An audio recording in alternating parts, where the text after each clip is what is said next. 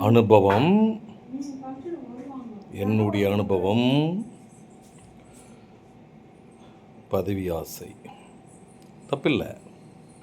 தலைவர் பதவிக்கு ஆசைப்படுறவங்க முதல்ல அடித்தொண்டை மட்டனாக இருந்திருக்கணும், பொறுமையாக இருக்கணும், நேர்மையாக இருக்கணும், சிண்டு முடிதல் இருக்கக்கூடாது, யாருக்கும் உபத்திரம் இல்லாத இருக்கணும், எல்லாத்துக்கு மேலே கொஞ்சம் பண வசதி இருக்கணும். எப்படி தலைமை என்பவன் கொஞ்சம் பணம் இருந்தால் தான் கொஞ்சம் செலவு பண்ண முடியும். அதனால் ஆசைப்படுங்க, தலைவர் பதவிக்கு ஆசைப்படுங்க, வேண்டான்னு சொல்லலை. உங்களால் என்ன பண்ண முடியும் தலைவனா, அது முதல் முயற்சித்து பாருங்கள், யோசிங்க. தலைவர் பதவிக்கு அப்புறம் உங்களுக்கு தானே தேடிக்கிட்டு வரும் இறைவன் வரலால்.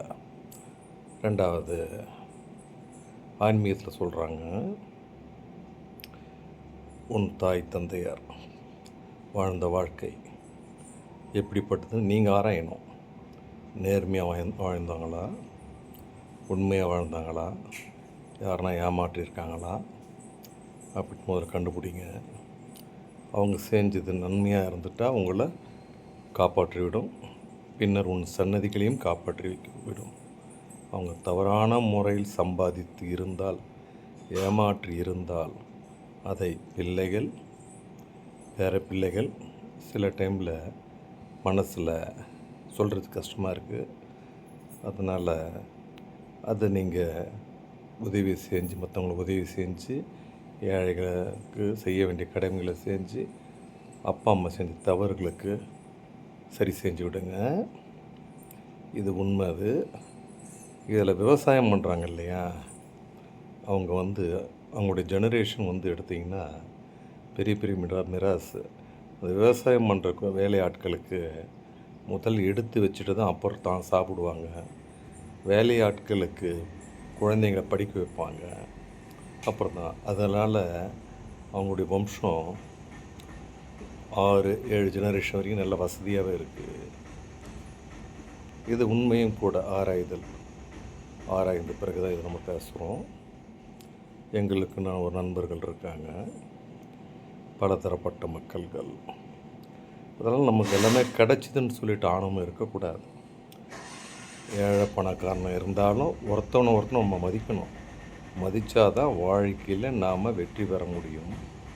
ஒருத்தரும் மதியுங்க. பணம் தானாக வரும். பணம் வந்துட்டு இருந்ததுக்கோசம் நம்ம ரொம்ப ஆணவமாக இருக்கக்கூடாது. பணம் எப்படி வேணாலும் புரட்டி போடும். அமைதியாக இருந்துட்டால் இறைவன் உங்களுக்கு தேவையானது அனைத்தும் கொடுப்பான். இப்போ போடுறேன்னா உங்களுக்கு கொண்டேன்னு இது போடலை. ஸ்டேட்டஸு, ஃபேஸ்புக்கு, யூடியூப்பு இதே மெசேஜ் தான் எல்லோருக்கும் கொடுக்குறேன். அதில் யாரும் தப்பாக எடுத்துக்காதீங்க. அனுபவங்கள். ஏன்னுக்கிட்ட நான் நிறைய ஏமாந்துருக்கிறேன், நான் நிறைய ஏமாற்றிருக்கிறேன். அதனால் எல்லாருக்கிட்டையும் நல்ல பேர் எடுக்க முடியாது. சில பேருக்கு நான் கொடுத்ததுனால நிறைய இழந்துருக்குறோம். தப்பில்லை. அது கர்மாக்கள். இது மூதாதையர் செஞ்ச தவறாக கூட இருக்கலாம், சத்தியத்தை மீறினா கூட இருக்கலாம். அதற்கானது நம்ம பேரன்மார்கள் அனுபவிச்சு தான் ஆகணும். அது எப்பயும் நேர்மையாக வாழ கற்றுங்க. வாழ்க்கையில் கிடைச்சது சந்தோஷமாக இருங்க. எல்லோரையும் அனுசரிச்சுட்டு போங்க. தலைவர் என்கின்ற ஆணவம் இல்லாத பார்த்துங்க. தலைவராக பதவி வேணுன்றத முதல்ல அவாய்ட் பண்ணிவிடுங்க. உங்களை தேடின்னு எல்லாமே வரும். நல்லது செய்யுங்க. நன்றி, வணக்கம்.